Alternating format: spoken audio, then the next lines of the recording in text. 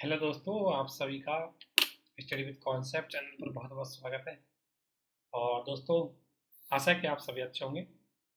और यहाँ हमारे द्वारा जो महासीरीज चलाई जा रही है उसके अंतर्गत हमारा उद्देश्य है कि आपको ज़्यादा से ज़्यादा चीज़ें, हालांकि आप में से बहुत सारे लोगों ने पहले वो सारी चीज़ें पढ़ी होंगी, लेकिन एक स्ट्रेटजिक वे में और एक कॉन्सेप्ट डेवलपमेंट के लिए हमने प्रोग्राम चलाया। और नए स्टूडेंट जो नई तैयारी कर रहे हैं उनके लिए बेसिक से चीज़ें चलाई है हमने इसमें। और हम इसमें पॉलिटी, हिस्ट्री, ज्योग्राफी, इकोनॉमी को साथ में लेके चल रहे हैं, इसलिए थोड़ा वीडियो में वो हो जाता है। और अभी कुछ बिजी शेड्यूल होने की वजह से हमारे वीडियो रेगुलर नहीं आ पा रहे, बट डोंट वरी कि हम बहुत फास्टली वीडियो इंप्रूवमेंट करेंगे, बहुत फास्टली लेंगे। तो अभी आप एक बार ये समझो, यदि आप में से बहुत सारे पहले से पढ़ रहे होंगे, तो कि किसी भी चीज़ को किस तरीके से हमें पढ़ना चाहिए, यूपीएससी स्टेट बीसीएस की डिमांड क्या है और किस तरीके से हमें उस पर काम करना चाहिए, वो चीज़ें हमें अच्छे से समझ लें। बाकी किताबें आपके पास हैं, नोट्स आपके पास है, सब चीज़ आपके पास अवेलेबल है। नोट्स हमने आपको शेयर भी कर दिए, लेकिन उनको किस तरीके से, बेहतर तरीके से उनको हम समझें, ताकि बेहतर तरीके से आपके नंबर उसमें आ सकते हैं, ज़्यादा अच्छे से आप याद रख सकते हैं, ज़्यादा अच्छे से आप कॉन्सेप्ट को डेवलप कर सकते हैं। इन्हीं उद्देश्यों के लिए हमने पॉलिटिक्स सीरीज चलाई। पॉलिटी में बहुत सारे वीडियो आपको आ चुके हैं, अब तक हम संसद तक पढ़ा चुके हैं। और दोस्तों, हमारे नोट्सों का 117 नंबर का पेज हम पढ़ा चुके हैं। आप सोच सकते हैं कितने पेज हम काफ़ी कर चुके हैं, और पॉलिटी को जल्दी ही ख़त्म कर देंगे। पॉलिटी, इसके अलावा दोस्तों आपने देखा होगा कि हमारे नोट्स में कई चीज़ आपको बताया कि फैक्चुअल इन्फॉर्मेशन थोड़ा कम हमने बहुत सारी शामिल किया, लेकिन कुछ फैक्चुअल इन्फॉर्मेशन इस वजह से छूट भी जाती है। मान लें कुछ फैक्ट वगैरह छूट भी जाते हैं, तो जो फैक्ट है, इन फैक्टों के लिए हम कुछ चीज़ें और भी आपको शेयर कर देंगे और उनको करा भी देंगे, कुछ फैक्ट के लिए। हालांकि मोस्टली फैक्ट हम इसमें कवर कर रहे हैं जो ज़रूरी है और जिनको हम कर सकते हैं। तो मोस्टली फैक्ट इसमें कवर किए गए हैं, तो आप इनको ज़रूर देके समझें। अब हम संसद पढ़ रहे थे दोस्तों, क्या पढ़ रहे थे? संसद पढ़ रहे थे हम।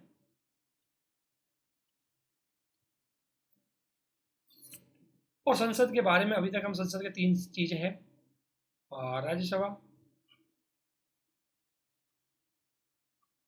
लोकसभा, राष्ट्रपति। इनमें हम एक एक चीज़ को देखेंगे अभी हम। तो बेसिक से हमने लोकसभा राज्यसभा का बेसिक सा स्ट्रक्चर देखा, यानी कार्य प्रणाली उसको समझा। लेकिन संसद का, किसी भी देश की संसद का जो सबसे महत्वपूर्ण काम है वो है विधि निर्माण की प्रक्रिया। तो दोस्तों, हम आज समझेंगे कि संसद किस तरीके से विधि बनाती है, संसद में किस तरीके से डिसीजन लिए जाते हैं, ये आपको एक तरीके से हम समझाएंगे। और कि बहुत सारे फैक्ट और क्वेश्चन यहाँ से आते हैं, डायरेक्ट आपको मिलेंगे यूपीएससी प्री में, स्टेट पीसीएस प्री में। तो इनके बारे में आपको जानकारी अच्छे से पता होनी चाहिए। तो इन्हीं संदर्भों के आधार पर आज हम समझेंगे कि कोई कानून किस तरीके से बनता है। तो संसद में कोई कानून किस तरीके से बनता है तो समझेंगे। तो दोस्तों, सबसे पहले संसद में कोई कानून आता है तो उसको बिल बोलते हैं। ध्यान देना, बिल आएगा, और ये बिल एक तरह से ड्राफ्टिंग बिल होता है। ड्राफ्टिंग मतलब फाइनल नहीं है, इसमें चेंजेस हो सकते हैं, इसमें बदल सकते हैं। जब ये बिल दोनों सदनों में पारित हो जाता है और राष्ट्रपति के साइन होते हैं, तब जाकर के क्या बनता है? ये कानून बनता है, ये विधि बनती है ना। तो जब भी कोई बिल आता है, पहले उसको बिल के नाम से जाना जाता है, वो एक प्रस्ताव की तरह होता है। उसके बाद जब दोनों सदनों में पारित हो जाता है, तब जाकर के कानून पर, ये बेसिक सी जानकारी आपको पता हुई। अब हम कोई भी बिल किस तरीके से आता है उसको देखते हैं। तो फॉर एग्जाम्पल, बिल की ड्राफ्टिंग मंत्रिपरिषद के द्वारा प्रस्तुत की जाती है। जैसे मान लें, दो तरीके के बिल होते हैं, आपको पता है। दो तरीके बिल होते हैं, एक होते हैं गवर्नमेंट बिल और एक होते हैं प्राइवेट बिल। प्राइवेट बिल वो बिल होते हैं जिनको गैर मंत्रिपरिषद के सदस्यों के द्वारा प्रस्तुत किया जाता है, यानी कि वो सदस्य जो मंत्रिपरिषद के पार्ट नहीं है। आपको पता है संसद के सदस्य जिनमें से कुछ मंत्रिपरिषद के होते हैं और कुछ सदस्य ऐसे होते हैं जो मंत्रिपरिषद के, ज़्यादातर सदस्य मंत्रिपरिषद के सदस्य नहीं होते। तो मंत्रिपरिषद के सदस्यों के अतिरिक्त सदन के दोनों सदनों के सदस्यों में से किसी के द्वारा प्रस्तुत किए जाने वाला बिल को बोल देंगे हम प्राइवेट बिल। और मंत्रिपरिषद के सदस्य यदि करते हैं, इसमें क्या होता है? मंत्रिपरिषद के सदस्य होंगे,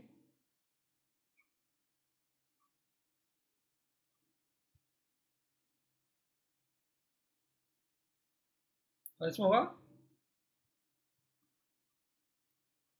गैर मंत्री, यानी कि सामान्य सदस्य।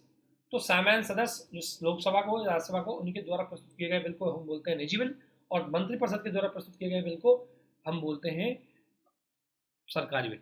लेकिन दोस्तों, क्योंकि मंत्रिपरिषद के जो सदस्य होते हैं उनको लोकसभा में बहुमत प्राप्त होता है, इसलिए उनके बिल आसानी से पास हो जाते हैं। तो ज़्यादातर जो बिल लाए जाते हैं हमारे सदन में वो होते हैं मंत्रिपरिषद के द्वारा प्रस्तुत किए जाने वाले बिल। जब कोई भी मंत्रिपरिषद मतलब कोई भी मंत्री जब कोई बिल लाता है तो सबसे पहले उसका ड्राफ्ट बनाएगा, वो प्रस्तुत करेगा। फॉर एग्जाम्पल के लिए अगर सी ए को लेकर के आया था कि सिटीजनशिप अमेंडमेंट एक्ट, और आपको पता है सिटीजनशिप किसके अंतर्गत कौन सी मिनिस्ट्री में आती है, आप जानते होंगे कि सिटीजनशिप की जिम्मेदारी गृह मंत्रालय की होती है। तो हमारे गृह मंत्री थे, उसके द्वारा ड्राफ्ट बिल पहले सदन में प्रस्तुत किया गया था। तो गृह मंत्री हमारे अमित शाह जी थे, उनके द्वारा CAA बिल को प्रस्तुत किया गया था। ठीक है। दूसरा, जब ये कोई भी मंत्रिपरिषद के सदस्य यानी संबंधित मामलों का मंत्री, जैसे इसमें CA में कौन था, हमारे गृह मंत्री थे, तो संबंधित मामलों का मंत्री है वो क्या करता है, पहले एक बिल का ड्राफ्ट तैयार करता है अपने लेवल, और ऑब्वियसली वो अपने अधिकारियों से बनवाता है, जरूरतों के आधार पर बनवाता है। तो सबसे पहले जो बिल है उसका ड्राफ्ट तैयार किया जाता है। तो बिल का ड्राफ्ट तैयार हुआ, पहली प्रक्रिया ये होती है बिल की। आज हम समझेंगे कि बिल किस तरीके से आते हैं, ध्यान रखना एक प्रक्रिया है, तब उस प्रक्रिया को फॉलो करना पड़ता है। फिर उसके बाद कि जब बिल का ड्राफ्ट तैयार कर दिया जाता है तो वो बिल जाता है विधि मंत्रालय के पास, लॉ मिनिस्ट्री के पास। लॉ मिनिस्ट्री के पास इसलिए जाता है कि कोई इसमें ऐसा इशू तो नहीं है जो सुप्रीम कोर्ट के रिव्यू से हमें बाद में, क्योंकि कोई भी बिल आता है और वह बिल यदि संवैधानिक प्रावधानों के विपरीत है तो सुप्रीम कोर्ट या हाई कोर्ट उसका रिव्यू करके उसको रिजेक्ट कर देते हैं। इससे बचने के लिए ये लॉ मिनिस्टर के पास जाएगा। लॉ मिनिस्ट्री देखेगी कि क्या इस संविधान के प्रोविजनों के अकॉर्डिंग है या नहीं है, तो वेरीफाई होने के लिए वो बिल दिखा जाएगा लॉ मिनिस्ट्री के पास। जैसे लॉ मिनिस्ट्री इसको पास कर देगी, उसके बाद संबंधित जो मिनिस्टर होता है वो संसदीय कार्य मंत्री से पूछता है। संसदीय कार्य मंत्री संसद में कार्यों का संचालन करने वाली जो मंत्री होता है उससे पूछ जाता है। तो संसदीय कार्य मंत्री क्या करेगा कि संबंधित सदन से पूछेगा। जैसे मान लो CAA को अगर लोकसभा में जाना है पहले लोकसभा से पूछेगा, राज्यसभा में जाना है तो राज्यसभा से पूछेगा। तो संबंधित सदन की जो पीठासीन अधिकारी है उससे पूछने के बाद उसका समय एवं दिन निर्धारित किया जाएगा कि इस दिन को इस बजे यानी कि 4 तारीख को 11 बजे आप अपना बिल प्रेजेंट करेंगे। तो इस तरीके से एक बिल है उसको प्रेजेंट करने का टाइम डिसाइड किया जाता है। ठीक है। तो अभी तक तो आप क्या समझे कि प्रेजेंट करने की स्टेटस, प्रेजेंट करना। ठीक है। तो इस तरीके से इस बिल को प्रेजेंट किया जाता है। उसके बाद पीठासीन अधिकारी, ध्यान रखना पीठासीन अधिकारी है ये खुद समय का डिसाइड खुद नहीं कर सकता, बल्कि जो हमारा लोकसभा का सेक्रेटरीट होता है तो वहाँ का सेक्रेटरी होता है, राज्यसभा का सेक्रेटरीट होता है तो वहाँ का सेक्रेटरी होता है, वो पूरी देखरेख करते हैं। वो एडमिनिस्ट्रेटिव ऑफिसर होते हैं और वो एडमिनिस्ट्रेटिव ऑफिसर उसकी पूरी देखरेख करते हैं और उन्हीं के द्वारा समय है उसका निर्धारित किया जाता है। और लोकसभा अध्यक्ष या राज्यसभा का सभापति उनको समय बता देता है कि भाई इस समय आप अपना बिल प्रस्तुत करो, तो वो उस समय उसका बिल प्रस्तुत कर देते हैं। ठीक है। ये चीज़ आपने देखी होगी। ये थी मंत्रिपरिषद की विधेयकों की बात जो सरकारी बिल है। लेकिन अगर मान लो कोई निजी बिल है, इनके बारे में जरूर जानो, इनका प्री के फैक्ट बहुत ज़्यादा आते हैं दोस्तों, और मैंने बहुत सारे फैक्ट इसमें शामिल किए हैं। ये होते हैं हमारे प्राइवेट।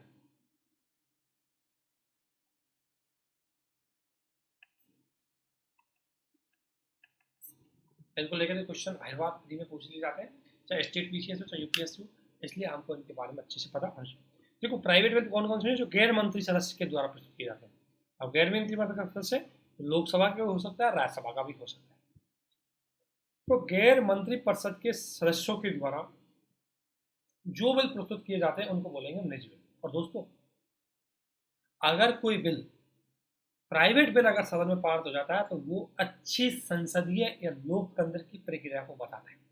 क्योंकि देखो अगर कोई मंत्री लेके आया तो बिल तो इजीली पॉलिटिकल इंटरेस्ट के लिए पास हो जाएगा, क्योंकि जो मंत्री है उसी की पार्टी के लोगों का बहुमत लोकसभा में है, तो आसानी से हाँ में हाँ मिलाएंगे चाहे उस बिल में कुछ भी हो, कोई बड़ी बात नहीं। जैसे कि आपने देखा होगा बहुत सारे बिल चक्रेसी कानून है, CA वगैरह एक झटके में पास हो गए क्योंकि बीजेपी को उसमें बहुमत प्राप्त। लेकिन असली में अगर कोई प्राइवेट व्यक्ति यानी कि विपक्ष का आदमी अगर बिल पारित करवा दे तो वो बिल होगा संसदीय लोकतंत्र के लिए बहुत बढ़िया, क्योंकि उसमें किसी भी प्रकार का राजनीतिक नहीं जुड़ेगा बल्कि पब्लिक इंटरेस्ट के आधार पर वो बिल पेश किया जाएगा। तो इसलिए प्राइवेट बिल अगर पारित हो रहा है तो इसका मतलब ये है कि संसदीय मर्यादा बनी हुई है, और अगर प्राइवेट बिल को किसी प्रकार से पारित नहीं किया जा रहा तो पॉलिटिकल कन्फ्लिक्ट ज़्यादा है, राजनीतिक हित ज़्यादा है, तो इसलिए इसकी चीज़ देखी जाती है। तो ये आपको पता है परम प्रथम तो ये गैर मंत्री सदस्य के द्वारा प्रस्तुत किया जाता है। दूसरा दोस्तों पीठासीन अधिकारी, पीठासीन अधिकारी आपको पता है लोकसभा में लोकसभा स्पीकर होता है और राज्यसभा में राज्यसभा का सभापति होता है। पीठासीन अधिकारी को 1 महीने पूर्व सूचना देनी पड़ती है। जैसे मान लो कोई भी लोकसभा का एमपी है या राज्यसभा का एमपी है, कोई बिल लेके आना चाहता है, तो वो बिल के लिए सबसे पहले उसको उस सदन का जो भी अध्यक्ष होगा उसको एक इंटीमेशन देना पड़ेगा कि मैं इस डेट को ये बिल लाना चाहता हूँ। तो और जो भी बिल लाएगा उसके कारणों को थोड़ा सा बता देगा कि मैं जो बिल ला रहा हूँ उसका उद्देश्य क्या है, उसके कारण क्या है। ठीक है। इसके बाद दोस्तों हर शुक्रवार को, हर फ्राइडे के अंतिम 2.5 घंटे हमेशा प्राइवेट बिल पर डिस्कशन करने के लिए होता है। एक चीज और है, प्राइवेट बिल पर रेगुलर डिस्कशन नहीं हो सकता, इस पर डिस्कशन केवल प्रत्येक फ्राइडे के अंतिम 2.5 घंटे इस पर डिस्कशन होता है, हमेशा डिस्कशन इस पर नहीं होता। ये चीज आपको ध्यान में रखनी है। इसके अलावा एक लाइन जो मैंने लिखी हो आप समझ गए होंगे, ये लोकतंत्र के लिए अनुकूल क्यों है, क्योंकि दोस्तों अगर इस प्रकार का बिल अगर पारित हुआ है तो इस बात का संकेत है कि राजनीतिक हितों का टकराव कम है, बल्कि पब्लिक इंटरेस्ट को ध्यान में रखते हुए उस बिल को बनाया गया। ये चीज आपको ध्यान में रखनी। और एक क्वेश्चन ये पूछा जाता है कई बार, क्या संविधान संशोधन जो विधेयक होते हैं क्या वो निजी सदस्य ला सकते हैं? दोस्तों बिल्कुल ला सकते हैं। और आपने सुना होगा 26वां संविधान संशोधन जिसमें प्रीवी पर्स को समाप्त किया गया था, वो भी निजी बिल के द्वारा ही लाया गया था। और 61वां संविधान संशोधन जिसमें हमारे 21 से 18 वर्ष घटा करके आयु की गई थी, वो भी प्राइवेट बिल था। तो अगर आपसे पूछ जाए कि क्या प्राइवेट बिल संविधान संशोधन के रूप में आ सकते हैं, बिल्कुल आ सकते हैं। 26वां संविधान संशोधन और 61वां संविधान संशोधन भी एक प्राइवेट बिल थे। तो ये प्री का क्वेश्चन भी बन जाता है और दोस्तों ये मेंस का क्वेश्चन भी बन जाता है। मेंस में अगर आपसे पूछा जाए कि किस तरीके से प्राइवेट बिल संविधान संशोधन में महत्वपूर्ण भूमिका निभाते हैं।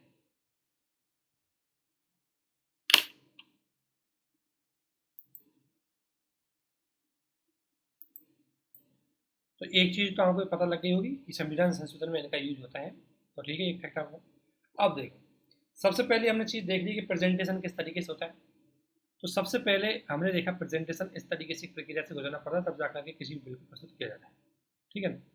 अब दूसरा है कि जब बिल प्रस्तुत होता है, अब बिल सामान्य बिल है तो आपको पता है सदन के किसी भी सदस्य में सामान्य बिल है तो सदन के किसी भी सदन में जा सकते हैं, चाहे लोकसभा हो सकता है या राज्यसभा हो सकता है। जबकि धर्म विधेयक है वो केवल कुछ ऐसे बिल है जो केवल लोकसभा में जाएंगे और कुछ ऐसे बिल है जिनके लिए राष्ट्रपति की पूर्व सहमति लेनी पड़ती है, वो एक अलग बात है, उनको अलग देखेंगे। ठीक है। अभी नॉर्मल बिल की अगर हम बात करें तो कोई भी नॉर्मल बिल आता है तो हर सदन में, चाहे वो लोकसभा हो चाहे वो राज्यसभा हो, उनमें हर सदन में 3 प्रक्रिया से गुजरना पड़ता है। उनको बोलते हैं फर्स्ट रीडिंग, सेकंड रीडिंग और थर्ड रीडिंग, जिनको बोलते हैं प्रथम वाचन, द्वितीय वाचन और तृतीय वाचन। 3 वाचनों से उस बिल को निकालना पड़ता है, चाहे वो लोकसभा हो या राज्यसभा हो। तीनों वाचनों का अनुसरण किया जाता है दोनों सदनों के द्वारा। तो प्रथम वाचन को अब देखते हैं हम सबसे पहले फर्स्ट रीडिंग में क्या होता है। तो दोस्तों फर्स्ट रीडिंग में किसी भी विधेयक को प्रस्तुत किया जाता है। फर्स्ट रीडिंग में क्या होता है, केवल उस बिल को प्रेजेंट किया जाता है। संबंधित हो सकता है वो निजी व्यक्ति भी हो सकता है या वो मंत्रिपरिषद का सदस्य भी हो सकता है और वो किसी भी सदन में प्रस्तुत किया जाता है। हाँ एक चीज है, ये धन और वित्त विधेयक है वो केवल लोकसभा में प्रस्तुत किए जाते हैं। ये दोनों कहा जाते हैं केवल लोकसभा में।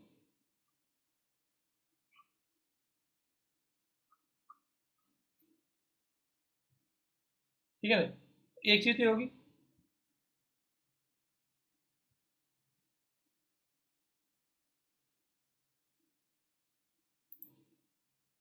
इसके अलावा अगर हम बात करें अगला कि इसमें पहला काम क्या होता है, पहला काम यह है कि इसमें ये रीडिंग का काम होता है।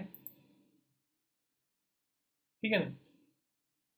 और इसके अलावा यदि हम दूसरी बात करें, कोई भी सदस्य ला सकता है, मैंने बोला मंत्री भी ला सकते हैं और गैर मंत्री भी ला सकते हैं। तो कोई भी ला सकते हैं और गैर मंत्री में ध्यान रखना, तो इसको ध्यान रखना कोई भी सदस्य ला सकते हैं। मंत्री होते हैं तो सामान्यतः किसको लाएंगे, सरकारी विधेयक को मंत्री लाएंगे और जो सरकारी वो प्राइवेट वाले वो प्राइवेट विधेयक है उसको गैर मंत्री संस्था से। और प्राइवेट में ध्यान रखना मनोनीत भी हो सकते हैं और निर्वाचित भी हो सकते हैं। और कुछ बिल को लाने के लिए आपको पता है पूर्व सहमति होती है इसमें पीठासीन अधिकारी। तो पहले भाषण में केवल बिल को प्रेजेंट किया जाता है, पहला भाषण। इसके बाद पढ़ते हैं हम द्वितीय भाषण में। दोस्तों द्वितीय भाषण में सबसे इंपॉर्टेंट भाषण होता है वो है द्वितीय भाषण। और जो संसद का सबसे महत्वपूर्ण काम होता है विधि निर्माण की प्रक्रिया में वो होता है डिस्कशन। और द्वितीय भाषण ही डिस्कशन का सेंटर होता है। द्वितीय भाषण में वो बिल आया है उस पर डिस्कशन होता है, उस पर चर्चाएं होती है। लेकिन दोस्तों आपको पता है कि संसद इतनी बड़ी है कि इस डिस्कशन में कई मुद्दे हमारे सामने आ जाते हैं। जैसे देखें, एक तो आपको पता है कि सदन का बहुत कम टाइम के लिए चलता है और सदन में आपको पता है बहुत सारी एक्टिविटी हो जाती है। इसकी वजह से किसी विधेयक पर डिस्कशन करने के लिए एक तो सदन के पास समय कम होता है, चर्चा कम होती है, और दूसरी बात उसमें लोग ज़्यादा होते हैं। ऐसी स्थिति में अलग अलग लोगों की अलग अलग राय होती है, सहमति नहीं मान पाती है, इसलिए बेस्ट डिस्कशन नहीं हो पाता है। ये कमी है डिस्कशन के दौरान। इसके अलावा विशेषज्ञता का अभाव। आपको पता है कि जैसे कोई बिल आ गया, मान लें साइबर सिक्योरिटी के लेकर आ गया, हमारे कई सांसद तो ऐसे हैं जिनको साइबर सिक्योरिटी का पता तक इसका मतलब तक पता नहीं होगा। तो जिनको इसका मतलब तक पता नहीं है वो इस पर क्या डिस्कशन करेंगे। तो इसलिए हमारे कई सांसद ऐसे हैं जिनमें विशेषज्ञता का अभाव होता है और चीज की विशेषज्ञता नहीं होती। तो उन सांसदों से यदि हम बोले कि भाई डिस्कशन करो, तो वो डिस्कशन कैसे करेंगे उसके बारे में उनको जानकारी ही पता नहीं। तो इसलिए एक तो विशेषज्ञता की कमी की वजह से, सदस्यों की संख्या ज़्यादा होने की वजह से बेहतर डिस्कशन नहीं किया जाता। इसके अलावा दलीय प्रभाव ज़्यादा होता है ऑब्वियसली। अब दलीय प्रभाव ऐसे कि जैसे बीजेपी का कैंडिडेट, अगर मान लो बीजेपी कोई मंत्री अगर बिल लेके आया है तो वो बिल अच्छा हो या बुरा हो, बीजेपी कैंडिडेट बिना डिस्कशन के हाँ यस सर पास किया जाए, कोई चर्चा नहीं करेंगे, उसका पक्ष लेंगे बस। इसी प्रकार यदि विपक्ष के लोग होंगे वो उसका विरोध ही करेंगे, चाहे वो अच्छा हो या बुरा हो। तो पॉलिटिकल इन्फ्लुएंस जिसमें ज़्यादा होता है, और पॉलिटिकल इन्फ्लुएंस होने की वजह से उस मुद्दे पर, किसी बिल पर जो स्वतंत्र और निष्पक्ष जो जांच होनी चाहिए, जो उस पर बहस होनी चाहिए, वो नहीं होता। तो ये कमी है हमारी संसद में, हमारे संसद की करियर मतलब प्रोफाइल में। इसलिए इन कमियों को दूर करने के लिए हमने कुछ पार्लियामेंट्री कमेटियों की बात करी कि भाई पार्लियामेंट्री कमेटी की अगर बात करें, क्योंकि संसद तो हमेशा अपने सदन में रहती नहीं है, उसका तो सदन बहुत कम समय के लिए चलता है। तो उस सदन के जब सदन नहीं चलता है तो उस समय संसद की क्षतिपूर्ति को या संसदीय कार्य प्रणाली को कौन कंटिन्यू रखेगा, इसके लिए संसद में संसदीय समितियों की व्यवस्था की गई। अब दोस्तों थोड़ा सा पार्लियामेंट्री कमेटियों के बारे में जान लेते हैं। इनको यहाँ से जानने के बाद थोड़ा सा फैक्ट देख लेना आप। अब चाहे तो लक्ष्मीकांत में देख सकते हैं, चाहे हमारे नोट समूह हमने शेयर किए हैं उसमें देख सकते हैं। तो इसके बाद आप थोड़ा सा उन संसदीय समितियों को देख सकते हैं, फेमस थोड़ा सा इनके रूप में, इनके बारे में जानो। देखो पहली बात तो दोस्तों इनका संविधान में कोई उल्लेख नहीं है संसदीय समितियों का। इनका उल्लेख कहाँ पर है? लोकसभा के नियमों में। ये क्वेश्चन कई बार पूछा जाता है, इसलिए ध्यान रखना, ठीक है ना। इसके अलावा अगर हम बोले आपसे तो संसद का छोटा रूप है, क्योंकि जैसे लोकसभा है या राज्यसभा है, इन्हीं की सदस्य आनुपातिक प्रतिनिधित्व के आधार पर कुछ सदस्यों के रूप में चुनाव होते हैं कमेटियों के रूप में, तो उन्हीं का छोटा रूप है, उन्हीं के द्वारा चुने जाते हैं। दूसरा, डेफिनेटली पर्दे के पीछे, ऑब्वियसली ये ओपनली डिस्कशन नहीं होता है इसमें। जैसे 500 लोग मान लो संसद में है तो इस कमेटी में 20 लोग 15 लोग होते हैं, तो वो बैक डोर पे अच्छे से डिस्कशन करते हैं, वार्ता करते हैं। तो इसलिए संसदीय समितियों को लाया गया। ये एक सबसे बड़ी बात है, संसदीय समितियों के सदस्य मंत्री नहीं होते, ये फैक्ट याद रखना। अब हमारे बहुत सारे दोस्तों को पता सोचते होंगे कि यार मंत्री क्यों नहीं होते, तो इसका मेन कारण है दोस्तों कि आपको पता है संसदीय शासन है वो किस पे डिपेंड है? उत्तरदायी एवं जवाबदेही। और उत्तरदायी एवं जवाबदेही तो किसकी? सरकार की तथा मंत्रियों की। तो मंत्रियों की जवाबदेही बनाने में जो समिति महत्वपूर्ण भूमिका निभाती है, तो अगर मंत्री उसका सदस्य बन गया तो कैसे भूमिका निभा पाएगी। तो इसलिए शक्तियों का पृथक्करण को बनाए रखने के लिए और मंत्री परिषद पर तार्किक रूप से नियंत्रण रखने के लिए, उसको जवाबदेही बनाने रखने के लिए मंत्रियों को इसका सदस्य नहीं बनाया जाता।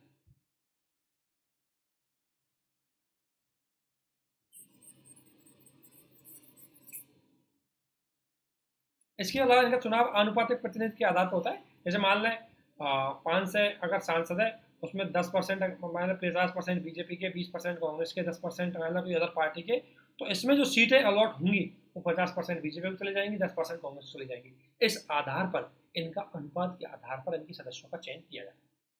और ये अपनी रिपोर्ट ये काम करती है अपने पीठासीन अधिकारियों के आधार पर।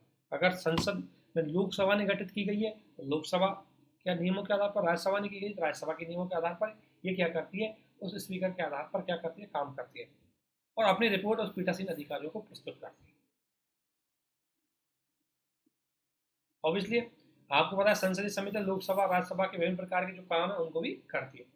तो अगर आपसे पूछा जाए कि संसदीय समितियों की आवश्यकता क्यों है, वो तो मैंने आपको बता ही दिया दोस्तों। अब सबसे बड़ी बात है कि अगर आपसे पूछा जाए कि संसदीय समितियों के कार्य क्या है, यूपीएससी ने ये क्वेश्चन मेरे से पूछा है।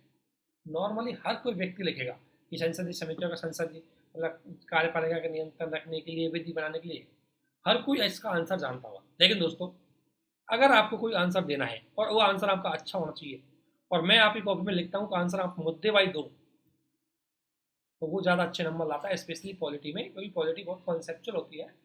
तो यदि हम मुझे कोई पूछे कि संसदीय समितियों के कार्य बताएं तो मैं उनको मुद्दे वाइज बताऊंगा, जो कीवर्ड वाइज होगी। तो दोस्तों पहला कार्य इनका वित्तीय नियंत्रण, यानी कि ये सरकार के वित्तीय नियंत्रण पे काम करती है। एग्जाम्पल दे देना है आपको तुरंत, लोक लेखा समिति है ना, और पब्लिक अकाउंट समिति, प्राक्कलन समिति और एक और समिति है। ये 3 समिति ऐसी है जो वित्तीय नियंत्रण को बनाए रखती है, किस पे, सरकार को कोई अनावश्यक खर्चा करने से रोकती है। तो संसद का एक काम है वित्तीय नियंत्रण बनाए रखना, तो उसमें संसदीय समितियां काम करती है। ऐसे आपको ऐसे लिखना है और ऐसे एग्जाम्पल देना है, तब जाकर के आपके क्वेश्चन में दम आती है। दूसरा, कार्यवाही का संचालन, ये क्या करती है, सामान्य प्रयोजन समिति है। ये संसद में कब बैठक होंगे, क्या क्या होंगे, सत्र कैसे डिसाइड होंगे, इसका डिसाइड करती है सामान्य प्रयोजन समिति कि कौन सा बिल कब प्रस्तुत होगा। तो कार्यवाही को संचालन करने में इसमें महत्वपूर्ण भूमिका रहती है। एक जांच के रूप में इनकी महत्वपूर्ण भूमिका रहती है। जैसे याचिका समिति है, तो नैतिकता से संबंधित, विशेषाधिकारों से संबंधित जो समिति होती है वो लोगों के बिहेवियर को कंट्रोल करने के लिए उनकी जांच भी करती है। तो इसका एक काम होगा जांच के रूप में। इसके अलावा समीक्षा, जैसे अधीन, आपको पता है जो विधान समिति होती है, जिसे आपने सुना होगा, तो ये विधान समिति कई ऐसे कानून होते हैं जिनको हम डेलीगेट करते हैं कार्यपालिका के सदस्यों के लिए बनाने के लिए, तो उन पर नियंत्रण रखती है। इसके अलावा सदस्यों को सुविधा देने के लिए, जैसे किसी को घर देना है, हाउसिंग कमेटी होती है किसी को, तो ये सारी फैसिलिटीज को देखने के लिए भी एक कमेटी होती है। ये भी कमेटियों का काम है। और कल्याणकारी, ऑब्वियसली जैसे ST SC के लिए कल्याणी कमेटी, महिलाओं की समिति होती है, तो कल्याणकारी करने के रूप में भी, जो वेलफेयर के रूप में भी संसदीय समितियां काम करती है। इसके अलावा आपको ये लगता है जैसे विधि निर्माण का कार्य, जिसमें भी काम करती है। तो इन पॉइंट भाई, मुद्दे भाई आपको कोई भी क्वेश्चन पता होता है। समितियां मुख्य रूप से 2 होती है दोस्तों, अगर हम बात करें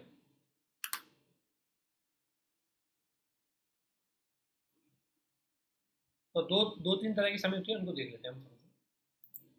तो 2 प्रकार से समिति 2 प्रकार की होती है, इनको 2 भागों में बांट सकते हैं हम। देखें ऐसे समितियों की अगर बात करें नॉर्मली, एक होती है स्थायी समिति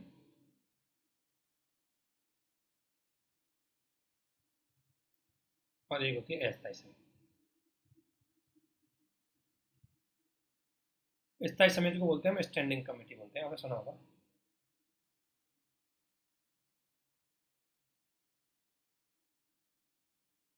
स्टैंडिंग,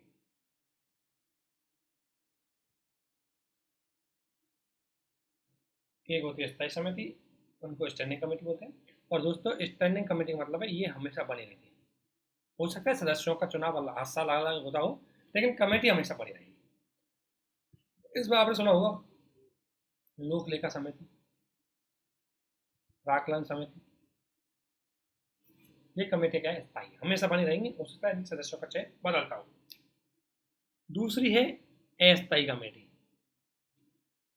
अस्थायी कमेटी 2 प्रकार की होती है, एक होती है सेलेक्ट कमेटी और एक होती है ज्वाइंट कमेटी।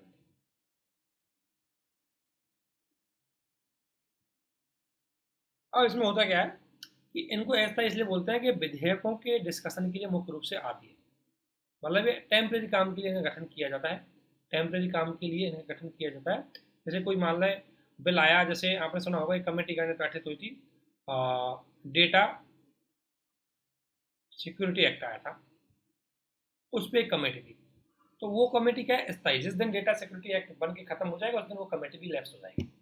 तो वो समिति आती है इसमें अस्थायी समिति में। अब उसमें मान लें कोई डेटा सिक्योरिटी का एक्ट आ रहा है, और अगर वो लोकसभा में प्रेजेंट हुआ है पहली बार, और किसी जिस सदन में पहली बार प्रस्तुत हुआ है वो सदन को लगे कि मुझे इस पर कमेटी बनानी चाहिए, तो वो कमेटी बना सकता है।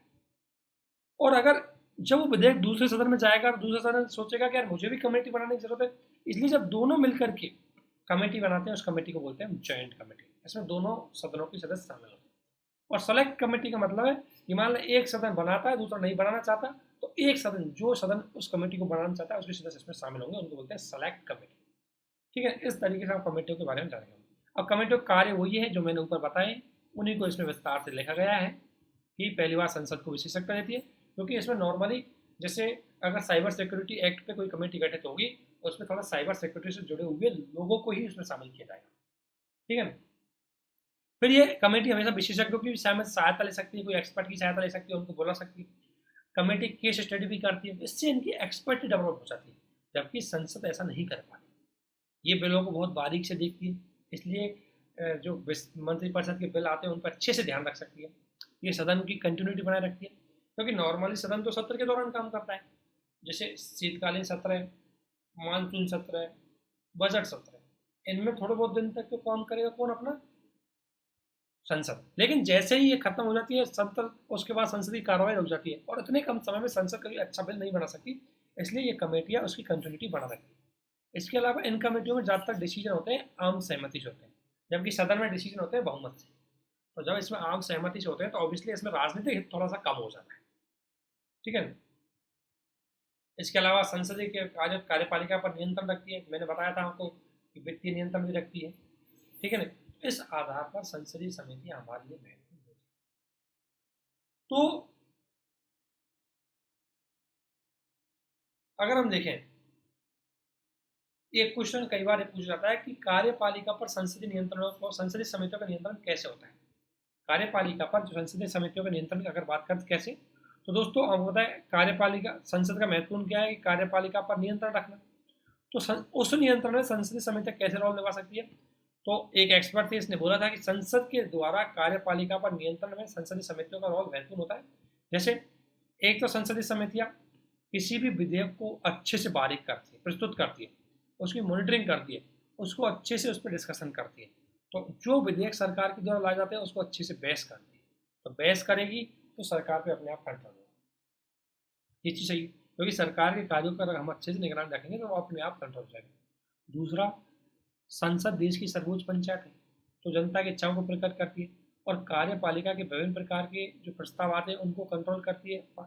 वो संसद क्या है कि एक तरह से जनता की आवाज़ है, संसद के जनता के प्रतिनिधि वहाँ जाते हैं, जो जनता उनको चुन के भेजती है, उनका प्रेजेंटेशन वहाँ करते हैं।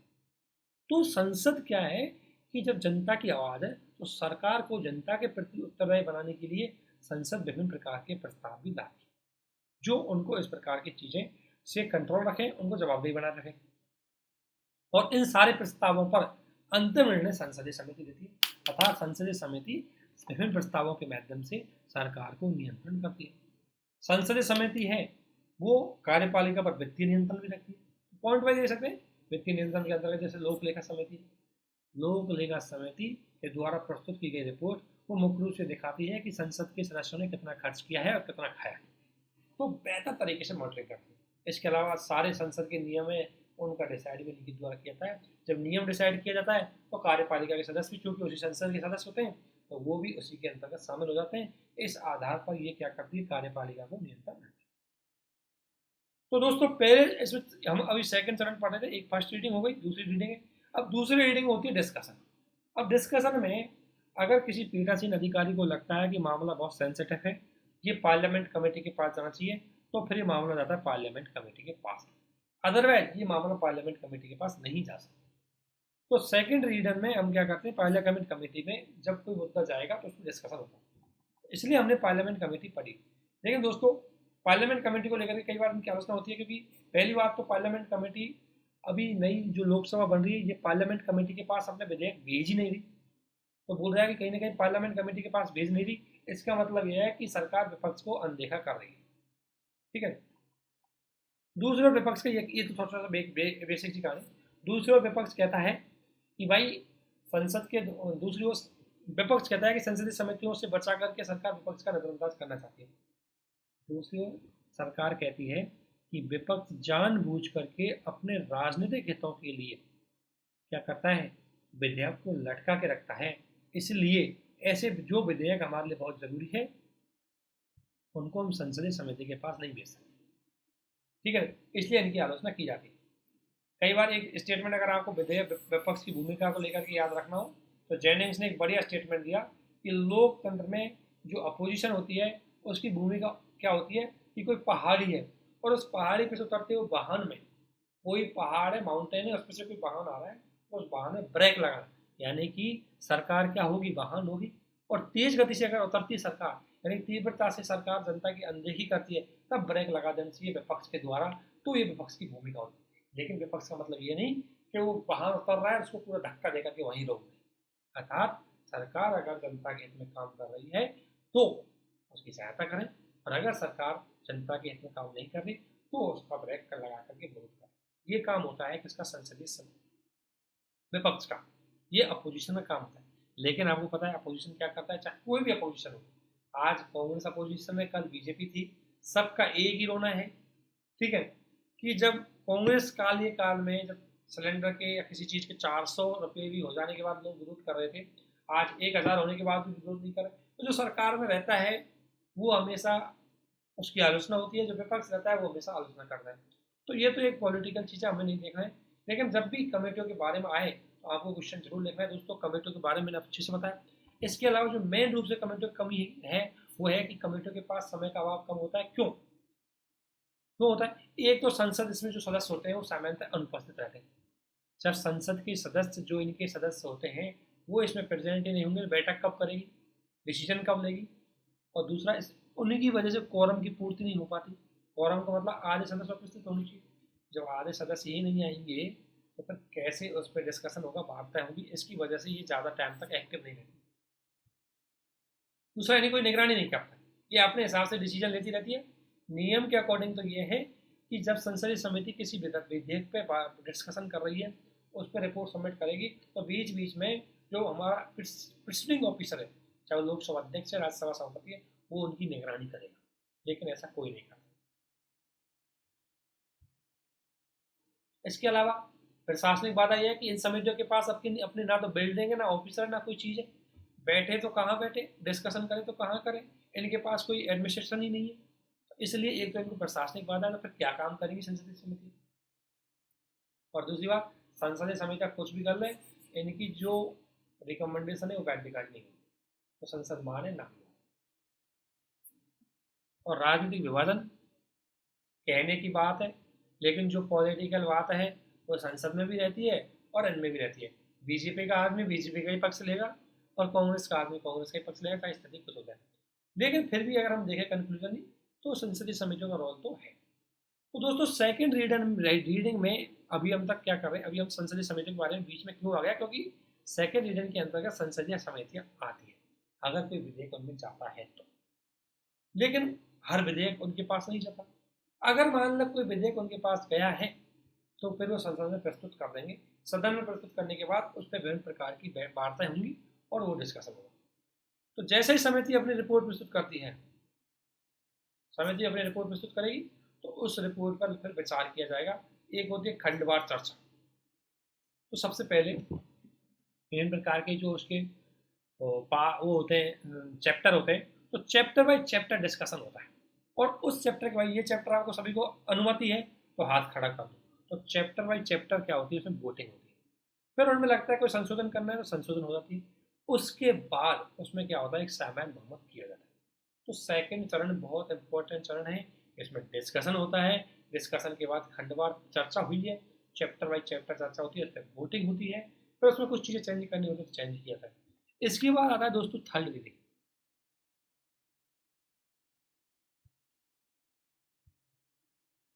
थर्ड रीडिंग आती है।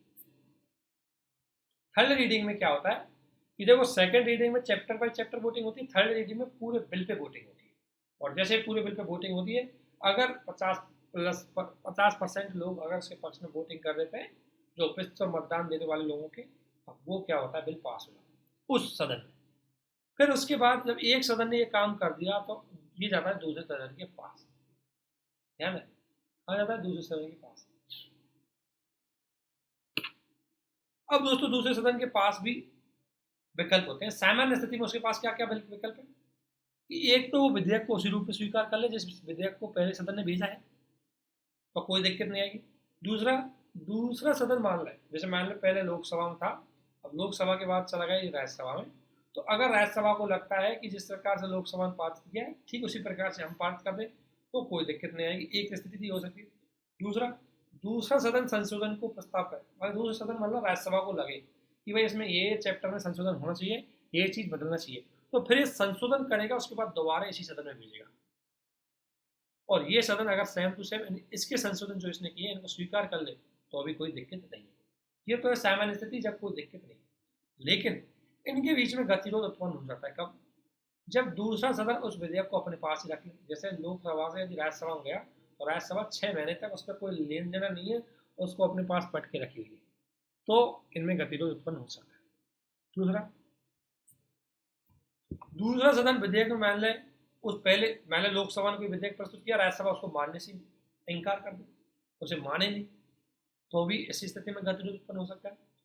तीसरा है कि दूसरा सदन संशोधन, मान लें कि राज्यसभा ने संशोधन किया और संशोधन के बाद ये लोकसभा में आया और लोकसभा इसको स्वीकार ना करे, ऐसी स्थिति में सदन में गतिरोध उत्पन्न हो जाता है।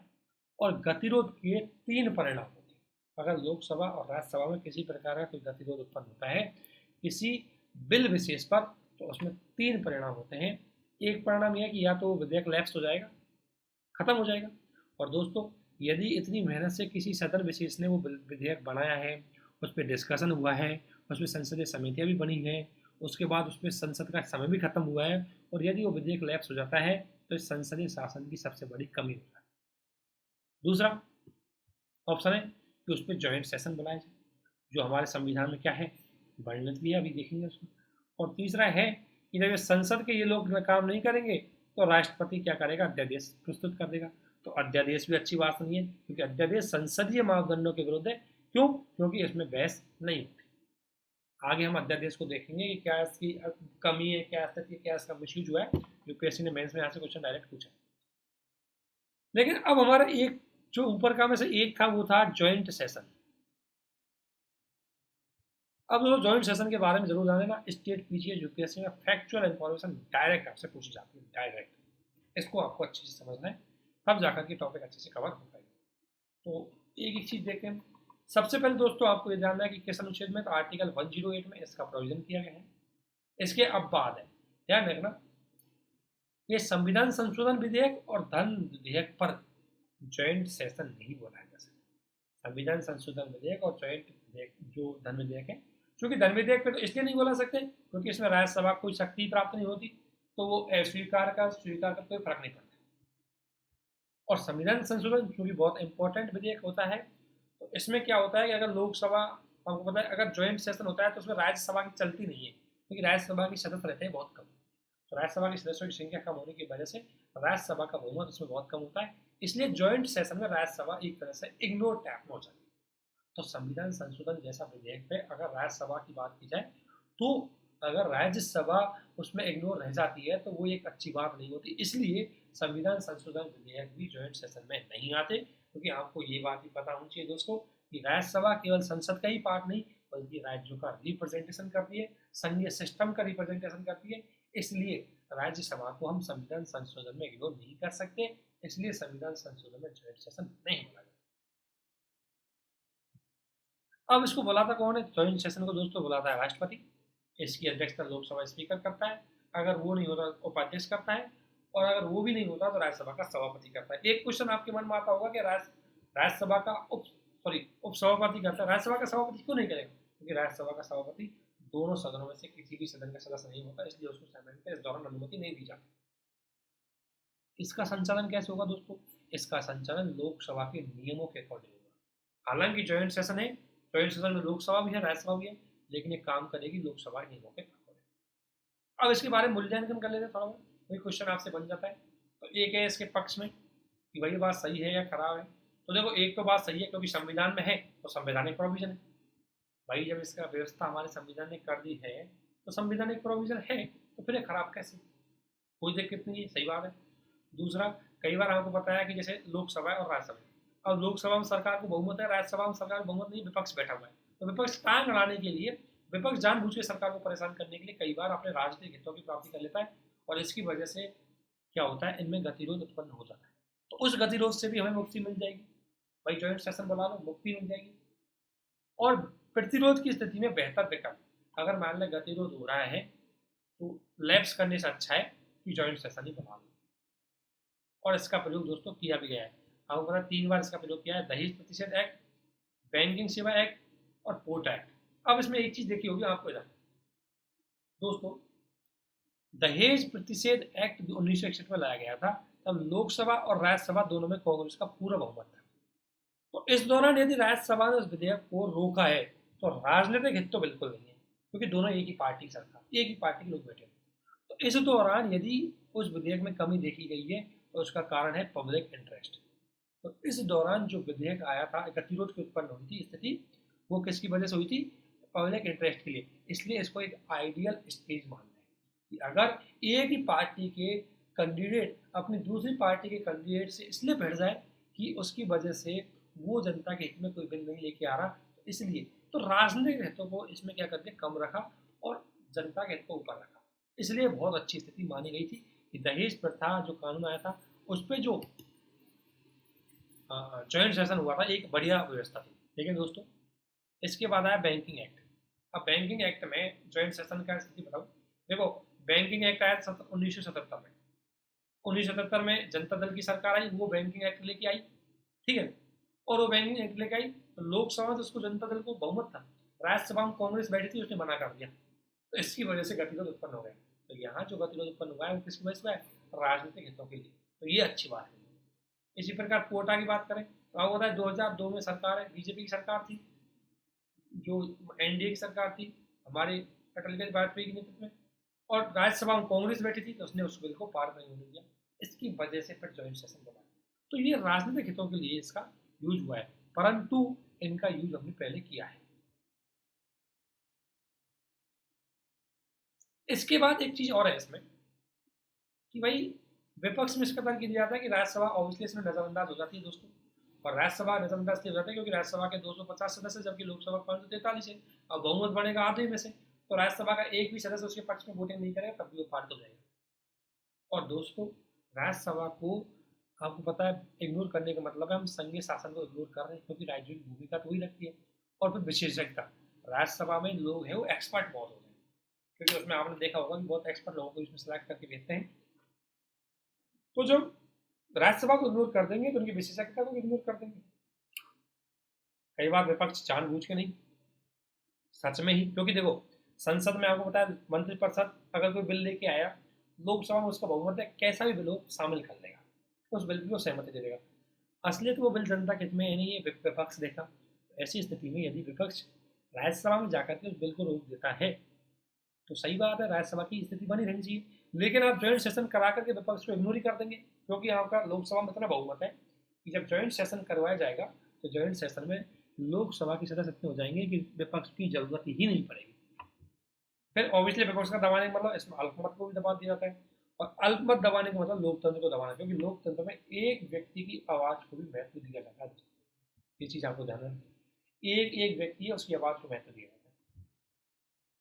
और दूसरी बात दोस्तों, ये एक्सेप्शनल है, अपवाद है, इसलिए इसका प्रयोग नॉर्मली नहीं होना चाहिए। इस दोस्तों इस आधार पर ज्वाइंट सेशन है, इससे जुड़े हुए विषय को हम प्री और मेंस के पॉइंट ऑफ व्यू से देखा।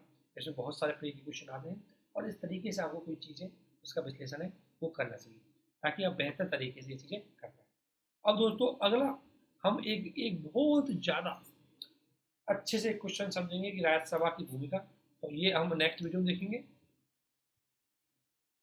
और दोस्तों जल्दी कर देंगे, डोंट वरी, बहुत अच्छे तरीके से एक फैक्ट को लेकर के आपके सिलेबस में जल्दी कर देंगे। आप घबराएं नहीं, शांति से अपने काम करें और किसी प्रकार का धैर्य से काम करें, किसी प्रकार का कोई डाउट है उसको आप पूछें, है ना, कमेंट करें और हमारे वीडियो को ज़्यादा से ज़्यादा देखें, शेयर करें, सब्सक्राइब करें। मेरी एक बात समझ में नहीं आती कि जब आप लोग बहुत सारे ऐसे हैं, आप लोग 1.5 लाख रुपए की फीस जमा करवाते हैं कोचिंग में, उसको तो आप बहुत सीरियस लेकर के पढ़ते हैं। जब आपको कोई भी टीचर, मैंने यहाँ मेरी अपनी बात नहीं कर रहा, मैंने बहुत जगह देखा है, जब भी कोई भी टीचर आपको फ्री में पढ़ाता है कोई चीज़, तो आप उसको हल्के में लेते हैं। क्यों? क्योंकि हमारी ह्यूमन टेंडेंसी।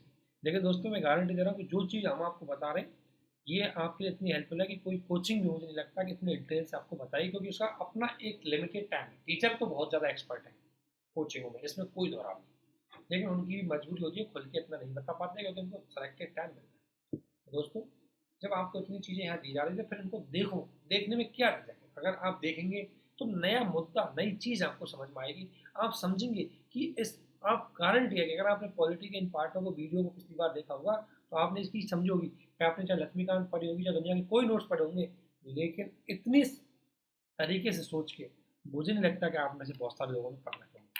तो इन्हीं उद्देश्यों के लिए हमने ये वीडियो आपको बनाए गए हैं। दोस्तों बहुत विद इन बहुत कम टाइम होता है, उस टाइम में अब रात के टाइम पर आपने देखा होगा कि 2-3 बार में मेरे को नींद जैसा भी महसूस हुआ है, क्योंकि दिन में हमारा बहुत बिजी शेड्यूल है और बहुत लेट नाइट, अब 3 बजे मैं इसकी रिकॉर्डिंग कर रहा हूँ रात को। तो आप अनुमान लगा सकते हैं कि कितनी मेहनत से चीज़ की जा रही है, क्योंकि मेरा इंटरेस्ट है, मेरा इंटरेस्ट है। और दूसरा मैं पढ़ाई करता हूँ तो मुझे फ़ायदा है कि आपको भी ये चीज़ें मिल जाए, लेकिन आप लोग उसका यूज करें। अगर आप में सिर्फ एक कैंडिडेट उसका यूज कर लेगा वो हमारे लिए बहुत है। इसलिए आपसे रिक्वेस्ट है कि वीडियो को देखें। पता नहीं जब इस पढ़ने वाला कैंडिडेट है, जैसे हमने एक दो दिन एक्सपेरिमेंट किया कि अगर वीडियो को बढ़िया चमका करके देंगे तो आप अच्छे से देखेंगे। अरे भाई पढ़ने वाले स्टूडेंट के लिए वीडियो चमकती हो या फिर चमकती हो उसको तो पढ़ना ही है, तो फिर वीडियो को क्यों नहीं देखते हो? इसलिए दोस्तों वीडियो को अंत तक देखो, अच्छे से देखो, क्योंकि आपके फायदेमंद के लिए, ठीक है ना। और आज वैसे वीडियो 85 मिनट की, ज़्यादा बड़ी भी नहीं है, तो छोटी छोटी हम वीडियो बनाते हैं, 1-1 घंटे की वीडियो रहती है, उनको आपको अच्छे से देखकर समझना चाहिए, अच्छे से उनको फॉलो करना चाहिए। और अच्छे से हम डेली आंसर राइटिंग के लिए भी कुछ क्वेश्चन डाल देते हैं, आप आंसर राइटिंग करो, कॉपी आपकी सबकी चेक हो जाएगी। आपको आंसर राइटिंग दे रखी है, आपको फ्री के क्वेश्चन हम करवा रहे हैं, आपको सिलेबस हम करवा रहे हैं, करंट हम करवा रहे हैं, फिर भी आप लोग फॉलो क्यों नहीं कर रहे? तो ये एक थोड़ी सी दिक्कत, दुख होता है हमें कि आप लोग चैनल को भी सब्सक्राइब नहीं करते। एक बार 1000 सब्सक्राइब करो ताकि लाइव भी हम आपके साथ करें। 1000 सब्सक्रिप्शन हो जाने की वजह से हमें कुछ फैसिलिटीज मिलेगी, जिससे आपको फैसिलिटीज हम प्रोवाइड कर सकें। तो इसलिए आपसे निवेदन है कि जरूर आप देखें और चैनल को जरूर से जरूर सब्सक्राइब करें। आप सभी को इसके लिए बने रहने के लिए बहुत बहुत धन्यवाद।